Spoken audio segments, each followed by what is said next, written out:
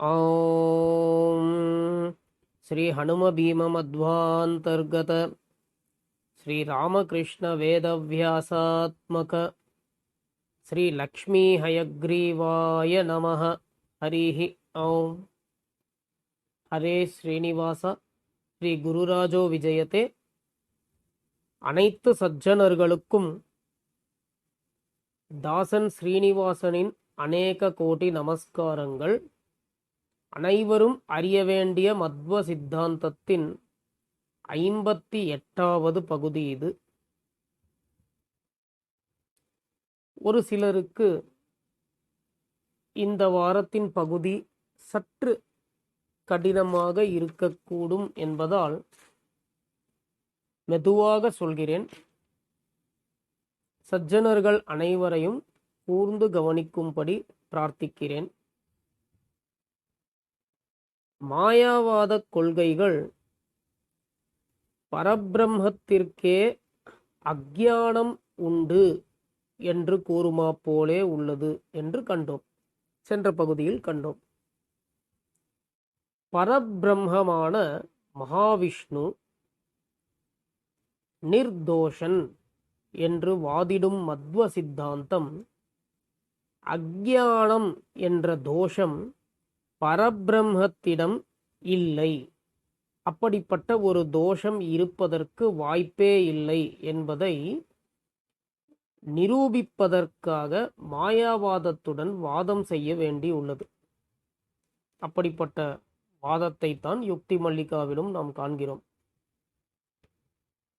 பரபிரம்மத்திற்கு அக்ஞானம் உண்டு என்பது போன்ற கருத்துகள் மாயாவாதத்தில் எங்கு வருகிறது என்ற கேள்விகள் எழக்கூடும் என்பதால் மாயாவாத கொள்கைகளை அறியும் பொருட்டு ஸ்ரீ ஆதிசங்கர பகவத்பாதரின் அபரோக்ஷ அனுபூதி, ஸ்ரீ வித்யாரண்ய சுவாமியின் பஞ்சதசி போன்றவற்றிலிருந்து சென்ற பகுதியிலேயே ஒரு சில ஸ்லோகங்களை உதாரணமாக கண்டோம். அதுபோல பல ஸ்லோகங்கள் பல கிரந்தங்களில் உண்டு. ஒரு சில ஸ்லோகங்களை மட்டும் சென்ற பகுதியில் உதாரணமாக கண்டோம். இனி பரபிரம்மத்திற்கு அக்ஞானம் என்ற தோஷம் இல்லை, அப்படி இருக்க வாய்ப்பே இல்லை என்பது தொடர்பான ஸ்ரீ வாதிராஜ தீர்த்தரின் வாதங்களை யுக்தி மல்லிகாவிலிருந்து காணப்போகிறோம். மாயாவாத கொள்கைப்படி அத்தியாச என்பது இரு வகைப்படும். அத்தியாச என்றால் என்ன பொருள்? எரோனியஸ் எக்ஸ்பீரியன்ஸ் அல்லது மிஸ்டேக்கன் ஐடென்டிட்டி என்று ஆங்கிலத்தில் சொல்லலாம். அதுதான் அத்தியாசம். தமிழில் சொல்ல வேண்டுமென்றால் தவறான புரிதல் அல்லது தவறான அனுபவம் அல்லது தவறான உணர்தல் என்றெல்லாம் சொல்லலாம். அதில் என்ன இரண்டு வகைகள்? எப்படி இந்த அத்தியாசமானது ஏற்படக்கூடும் என்பதற்கு இரண்டு வகைகளில் ஏற்படக்கூடும் என்று மாயாவாதம் சொல்கிறது. ஒன்று தாதாத்மியாரோப, மற்றொன்று தர்மாரோப.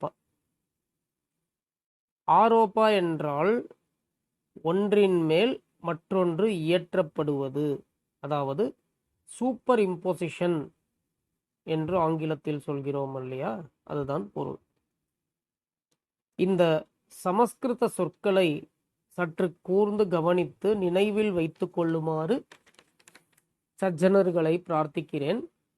அப்பொழுதுதான் வாதங்களை புரிந்து கொள்வது சற்று சுலபமாக இருக்கும். தாதாத்மியாரோப என்றால் ஒரு தத்துவத்திற்கு பதிலாக மற்றொன்றை புரிந்து கொள்வது என்று பொருள். உதாரணத்திற்கு, நான் இந்த உடல் அல்ல, ஆத்மா இல்லையா, நான் இந்த உடல் என்று புரிந்து கொள்வது தாதாத்மிய ஆரோபம். நான் என்று நாம் சொல்வது உண்மையில் ஆத்மாதானே. அதை நான் என்பது இந்த உடல் என்று தவறாக புரிந்து கொள்ளுதல். மற்றொரு உதாரணம் சொல்ல வேண்டும் என்றால், கயிறை பாம்பாக தவறாக புரிந்து கொள்ளுதல். ஒரு இடத்தில் கயிறு தான் இருக்கிறது, அதற்கு பதிலாக அங்கு பாம்பு இருப்பதாக நாம் புரிந்து கொள்கிறோம். இது ஒரு தவறான புரிதல். இது தாதாத்மியாரோப. அடுத்தது தர்மாரோப. ஒரு தத்துவத்தின் தன்மையை வேறொரு தத்துவத்தின் தன்மையாக புரிந்து கொள்வது. முதலாவது ஒரு தத்துவத்தையே வேறொரு தத்துவமாக புரிந்து கொள்வது.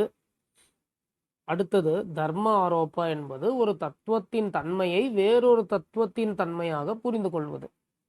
அதாவது மிஸ்டேக்கன் ஆட்ரிபியூட்ஸ் என்று சொல்லலாம் ஆங்கிலத்தில். உதாரணத்திற்கு,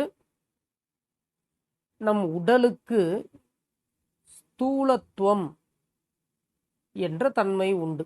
அதனால்தான் நாம் வெளியில் காணும் இந்த தேகத்தை ஸ்தூல சரீரம் என்று சொல்கிறோம். நான் என்பது ஆத்மாவாக இருக்கும் பொழுது எனக்கு ஸ்தூலத்துவம் உண்டு என்று புரிந்து கொள்வது. அதாவது உடலினுடைய தன்மையை ஆத்மாவிற்கு இருப்பதாக புரிந்து கொள்வது. இப்படி ஒன்றின் தன்மையை மற்றொன்றுக்கு தவறாக புரிந்து கொள்வது தர்மாரோபா. வேறு ஒரு உதாரணம் தர வேண்டும் என்றால், நன்கு பளபளக்கும் ஒரு சிப்பியை, கடல் சிப்பி, அதை வெள்ளி என்று புரிந்து கொள்வது தாதாத்மியாரோபா. பளபளவென இருக்கும் ஒரு சிப்பியிடம் வெள்ளியின் தன்மை உள்ளதாக புரிந்து கொள்வது தர்மாரோபா. முதலில் இந்த அத்தியாசம் என்பது பரபிரம்மத்தின் விஷயத்தில் சாத்தியமா என்று ஆராய்கிறார் ஸ்ரீ வாதிராஜ தீர்த்தர். சாத்தியமே இல்லை என்பதையும் நிரூபிக்கிறார். இப்பொழுது ராஜரின் யுக்திகளை காண்போம். ஒன்றுக்கு பதிலாக மற்றொன்றை காணும் தாதாத்மியாரோபா. அந்த தாதாத்மியாரோப அத்தியாசம் பரபிரம்மத்திடம் இல்லை. அதாவது பிரம்மத்திற்கு பதிலாக அக்ஞானம் தவறாக உணரப்படுவது இல்லை. அக்ஞானம் பிரம்ம என்று சொல்ல முடியுமா? அக்ஞானம்தான் பிரம்மமா? மாயாவாதிகளே தனது மகா வாக்கியங்களில் பிரக்ஞானம் பிரம்ம என்று தானே சொல்கிறார்கள். அதாவது ஞானமே பிரம்மம் என்று தானே சொல்கிறார்கள். அக்ஞானம் பிரம்ம என்று சொல்வதில்லையே. ஆகவே நான் அக்ஞானம் என்ற தாதாத்மியாரோபம் பிரம்மத்தின் விஷயத்தில் இல்லை. அடுத்தது, பிரம்மத்தில் அக்ஞானத்துவம் என்ற குணம் உள்ளது என்று சொல்வது போன்ற தர்ம ஆரோபமும் இல்லை. தர்மாரோபம் என்றால் என்ன? மிஸ்டேக்கன் ஆட்ரிபியூட்ஸ் என்று கண்டோம். ஒரு தத்துவத்தில் இல்லாத வேறொரு தன்மையை உணர்வது. அக்ஞானத்தின் தன்மை யாது? அக்ஞானத்துவம். இதை பிரம்மத்தின் மேல் இயற்றி பிரம்மணி அக்ஞானத்துவம் என்று சொல்ல முடியுமா? முடியாது. ஆக பரபிரம்மத்தின் விஷயத்தில் தர்மாரோபமும் இல்லை. சுருக்கமாக சொல்ல வேண்டும் என்றால், மாயாவாதிகள் இருப்பதே பிரம்மம் மட்டும்தான் என்று கூறிவிடுகிறார்கள். பிரம்மம் மட்டுமே சத்தியம் இல்லையா? மற்ற அனைத்தும் இல்லை, பிரம்மம் மட்டுமே உள்ளது என்று கூறிவிடுகிறார்கள். பிரம்மத்திற்கு நானே அக்ஞானம், தனது ஸ்வரூபத்திலேயே அக்ஞானம் உள்ளது என்ற தாதாத்மியாரோபம் இல்லை. என்னிடம் அக்ஞானத்துவம் உள்ளது என்பது போன்ற தர்மாரோபமும் இல்லை.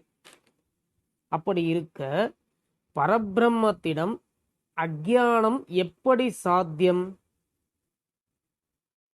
பரபிரம்மத்தின் மீது எப்படி அக்ஞானத்தை இயற்ற முடியும் என்று கேள்வி எழுப்புகிறார் ஸ்ரீ வாதிராஜ தீர்த்தர். ஆகவே அக்ஞான ஆரோபா என்பது பிரம்மத்தின் விஷயத்தில் சாத்தியமே இல்லை என்று வாதிடுகிறார் ஸ்ரீ வாதிராஜ தீர்த்தர். சரி, பிரம்மமே அக்ஞானம் அல்ல, பிரம்மத்திற்கு அக்ஞானத்துவமும் அல்ல. அக்ஞானமும் ஒருவேளை பிரம்மத்தின் மீது இயற்றப்பட்டிருந்தால், அக்ஞோ அகம் அல்லது அகம் அக்ஞக, அதாவது நான் ஒரு அக்ஞானி என்ற எண்ணம் இருந்தால், அப்படியும் இருக்க வாய்ப்பில்லை என்கிறார் ராஜர். பிரம்மத்தை தவிர்த்து அக்ஞானம் என்ற ஒன்று தனித்து இருந்திருந்தால்தானே அது பிரம்மத்தின் மேல் இயற்றப்படுவதை பற்றி பேச முடியும். மாயாவாத கொள்கைப்படி பிரம்மத்தை தவிர வேறு ஒரு தத்துவமே இல்லையே. அப்படியானால் இந்த அக்ஞானத்தின் சேர்க்கை எப்படி சாத்தியப்படும்? அந்த அக்ஞானத்தை ஆசிரியத்து இருக்கக்கூடிய வேறு ஒரு தத்துவமே இல்லையே, பிரம்மம் மட்டும்தானே உள்ளது மாயாவாத கொள்கைப்படி. ஒரு உதாரணத்திற்கு புரிந்து கொள்வதற்காக சொல்கிறேன். கயிறின் மீது பாம்பு இயற்றப்பட்டது என்று கூறுவோமே, ஆனால் பாம்பு கயிறு என்ற இரண்டும் சத்தியமாக உள்ளவைகளாகத்தானே இருக்க வேண்டும். அவ்விடத்தில் பாம்பு இல்லை என்றால் கூட பாம்பும் வேறு ஏதோ ஒரு இடத்தில் இருக்கவே, அதன் ஞானமும் காண்பவனுக்கு இருக்கவேதானே கயிறை பாம்பாக அவனால் காண முடிகிறது. இப்பொழுது பாம்பு என்ற ஒரு தத்துவமே இல்லை என்று சொல்லிவிட்டால் கயிறை பாம்பாக எப்படி காண முடியும்? கயிறின் மீது பாம்பை எப்படி இயற்றி பார்க்க முடியும்? பாம்பை பற்றின ஞானமே இருக்காது இல்லையா? ஏனென்றால் பாம்பே இல்லை. பாம்பே இல்லை என்று கூறிவிட்டால் கயிறின் மீது பாம்பை எப்படி இயற்றி பார்க்க முடியும்? பாம்பும் சத்தியமாக இருந்தால்தானே அது சாத்தியம். அவ்விடத்தில் பாம்பில்லாமல் இருக்கலாம், வேறு எங்கோ இருக்க வேண்டும் இல்லையா? அதை காண்பவன் கண்டிருக்க வேண்டும். அதனால்தான் பாம்பாக தோன்றுகிறது. அதேபோல் பிரம்மத்தில் அக்ஞான ஆரோபம் இருக்க வேண்டும் என்றால் அக்ஞானம் என்ற ஒன்றிற்கு ஆசிரிய தத்துவம் வேறு ஒன்று இருக்க வேண்டும் இல்லையா?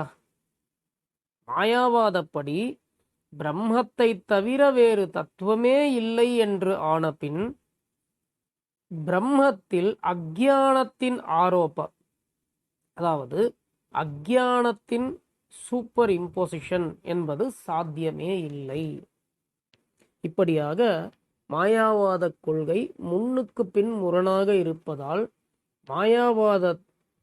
மாயாவாதத்தின் அக்ஞானவாதம் ஏற்புடையதாக இல்லை. ஒருவேளை இந்த அக்ஞானத்தையே பிராந்தி என்று எடுத்துக்கொண்டால் அப்படி இருக்க சாத்தியம் உண்டு என்ற வாதமும் இருக்கிறது. ஒரு பிராந்தி அல்லது தவறான அனுபவம் ஏற்பட வேண்டும் என்றால் அதற்கு முன் அதை ஏற்படுத்தக்கூடிய ஒரு தோஷம் இருக்க வேண்டும். இது ஸ்ரீ வாதிராஜ தீர்த்தரின் வாதம். பிரம்மத்தின் விஷயத்தில் நான் அக்ஞானி என்ற பிராந்தியை ஏற்படுத்தக்கூடிய தோஷம் எதுவுமே இல்லையே, பின் எப்படி அக்ஞானம் ஏற்படும்? காரணம் இல்லாமல் காரியம் இல்லை இல்லையா?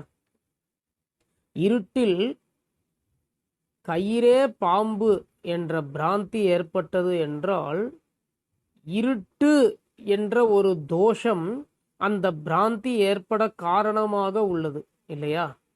ஆனால் அந்த இருட்டே பிராந்தி என்று சொல்ல முடியுமா? அப்படித்தான் உள்ளது. அஞ்ஞானமே பிராந்தி என்ற வாதம். அவ்விடத்தில் பாம்பு என்பது இல்லை, கயிறுதான் உள்ளது. ஆனால் நீ பாம்பாக அதை தவறாக உணர்கிறாய் என்று கூறுகிறோம். அந்த அனுபவம் ஏற்பட காரணமாக இருக்கக்கூடிய இருட்டு, அந்த இருட்டு சத்தியம்தானே, அதையே பிராந்தி என்று சொல்ல முடியுமா? அஞ்ஞானத்தால் பிரம்மத்தை வேறொன்றாக காணும் பிராந்தி ஏற்படுகிறது எனும்போது அஞ்ஞானம் எப்படி பிராந்தியாக இருக்க முடியும்? அந்த அஞ்ஞானம் சத்தியமாக இருந்தாக வேண்டும் இல்லையா? ஆனால் பிரம்மத்திடம் அந்த அஞ்ஞானம் இருக்க வாய்ப்பே இல்லை. ஆகவே அஞ்ஞானத்தை பிராந்தி என்று சொல்லி பிரம்மத்திற்கு அது இருக்கக்கூடிய வாய்ப்புண்டு என்று கூறி அப்படியே வாதத்தை முடித்துவிட முடியாது. அந்த அஞ்ஞானத்தை, பிரம்மத்திற்கு ஒருவேளை அஞ்ஞானம் உண்டு, அது பிரம்மத்தின் பிராந்தி, உண்மையில் அஞ்ஞானம் இல்லை, ஆனால் அஞ்ஞானம் இருப்பது போன்ற ஒரு பிராந்தி என்று கூறினால், அப்படிப்பட்ட ஒரு பிராந்தியை, அஞ்ஞானமான பிராந்தியை ஏற்படுத்தக்கூடிய தோஷம் எது என்பதையும் மாயாவாதிகள் விளக்க வேண்டும். ஆனால் அப்படி ஒரு தோஷத்தை அவர்களால் விளக்கவே முடியாது என்கிறார் ஸ்ரீ வாதிராஜ தீர்த்தர். ஒருவேளை வேறு ஒரு அஞ்ஞானம் இந்த அஞ்ஞானத்தை உருவாக்கியது போன்ற வாதங்கள் எல்லாம் இருந்தால் அதுவும் சரிப்பட்டு வராது. பிறகு அந்த முதல் அஞ்ஞானம் வர வேறு ஏதோ ஒரு அஞ்ஞானம் காரணம் என்று, இப்படி ஒரு அஞ்ஞானத்திற்கு மற்றொரு அஞ்ஞானம், அது ஏற்படுவதற்கு மற்றொரு அஞ்ஞானம் என்று முடிவில்லா சித்தாந்தவாதத்தில் இறங்க வேண்டியதாகத்தான் இருக்கும். மேலும் மாயாவாதத்தில் ஒரு அஞ்ஞானம் மட்டுமே அனாதி அஞ்ஞானமாக ஏற்படுகிறது என்ற கொள்கை இருக்கிறது. ஆகவே ஒரு அஞ்ஞானத்திற்கு மற்றொரு அஞ்ஞானம் காரணம், அந்த அஞ்ஞானத்திற்கு மற்றொரு அஞ்ஞானம் காரணம் என்றெல்லாம் மாயாவாதிகளால் வாதத்தை தொடர இயலாது. மாயாவாதிகள் அஞ்ஞானத்தை ஏற்படுத்தக்கூடிய ஒரு தனி தோஷம் தேவையில்லை என்று வாதிடுகின்றனர். தவறான அனுபவம் என்பது ஒரு அஞ்ஞானம். அந்த அஞ்ஞானத்தை ஏற்படுத்தக்கூடிய தோஷமும் அதே அஞ்ஞானம் என்று எப்படி வாதிட முடியும்? அது சரியான வாதமா? சற்று சிந்தித்து பார்ப்போம். ஒரு தவறான அனுபவம் ஏற்படுகிறது என்றால் அதை ஏற்படுத்தக்கூடிய காரணமான தோஷம் அதற்கு முன்பே இருந்திருக்க வேண்டும். தவறான அனுபவத்தை ஏற்படுத்தக்கூடிய காரணமும் சரி, தவறான அந்த அனுபவமும் சரி, இரண்டும் ஒன்றாகவே எப்படி இருக்க முடியும்? அதற்கு வாய்ப்பே இல்லையே. ஒரு காரணம் இருந்தால் அதனால் காரியம் நடக்கிறது. ஒரு காரியம் என்று இருந்தால் அதற்கு முன்பே அதற்கு உண்டான காரணம் இருந்தாக வேண்டும். காரணம் காரியம் இரண்டும் ஒன்றே என்று சொல்ல முடியுமா? அப்படித்தான் இருக்கிறது மாயாவாதம். முழு மாயாவாதமும் இந்த அஞ்ஞானம் என்ற கொள்கையின் அடிப்படையில்தான் அமைந்துள்ளது. இருப்பதே பிரம்மம் மட்டும்தான் என்று சொல்லிவிட்டு அஞ்ஞானத்தால் ஜீவன் தனியாக தெரிகிறான், அஞ்ஞானத்தால் உலகம் இருப்பது போல் தெரிகிறது என்றெல்லாம் அஞ்ஞானவாதத்தை அடுக்கிக் கொண்டே போகும் சித்தாந்தம். அஞ்ஞான கொள்கையை மையமாக வைத்துத்தான் மாயாவாத சித்தாந்தமே உள்ளது. இருக்கும் ஒரே தத்துவமான பிரம்மத்திற்கு அஞ்ஞானமோ அல்லது நான் அஞ்ஞானி என்ற பிராந்தியோ ஏற்பட வாய்ப்பே இல்லை என்று நிரூபித்துவிட்டால் மாயாவாத சித்தாந்தமே குலைந்துவிடும். அதைத்தான் வாதத்தில் நிரூபிக்க முயற்சிக்கிறார் ஸ்ரீ வாதிராஜ தீர்த்தர். ஏன் வாதிட வேண்டும்? ஏன் அந்த சித்தாந்தத்துடன் நமக்கு என்ன பகையா என்றால் அப்படியெல்லாம் அல்ல. சாஸ்திரங்களுக்கு ஏற்புடைய சித்தாந்தம் எதுவோ அதுதான் முக்தியை தர வல்ல சித்தாந்தமாக இருக்க இயலும். அதை கடைபிடித்து அந்த சித்தாந்த ஞானத்துடன் கூடிய பக்தியால் தான் நாம் பகவானை அடைய வேண்டும். மாயாவாத கொள்கைகள் சாஸ்திர பிரகாரம் இருக்கக்கூடிய மத்வ சித்தாந்த கொள்கைகளுக்கு நேர்மாறாக இருப்பதால், அவைகள் சாஸ்திரங்களுடன் ஒத்துப்போகாத காரணத்தால் இப்படியெல்லாம் வாதிட வேண்டியதாக உள்ளது. ஆகவே இதை ஒரு சரியான நோக்கில் கண்டு ஸ்ரீ ராகவேந்திர சுவாமிகள் நமக்கு அளித்திருக்கக்கூடிய வழியானது, அதாவது மத்வ சித்தாந்தத்தை ஒட்டி அவர் கடைபிடித்தவை, நமக்கு அளித்திருப்பவை நிச்சயம் நமக்கு முக்தியை தர வல்லதாகத்தான் இருக்கும் என்ற நம்பிக்கையுடன் மற்ற சித்தாந்தங்களின் மேல் துவேஷம் எதுவும் இல்லாமல் அறிவுபூர்வமாக சிந்தித்து மத்வ சித்தாந்தத்தை அறிய முயல்வோம் என்று கூறி இந்த பகுதியை முடிக்கிறேன். மீண்டும் அடுத்த பகுதியில் சந்திப்போம். நன்றி. சர்வம் ஸ்ரீ ஸ்ரீனிவாசார்ப்பணமஸ்து.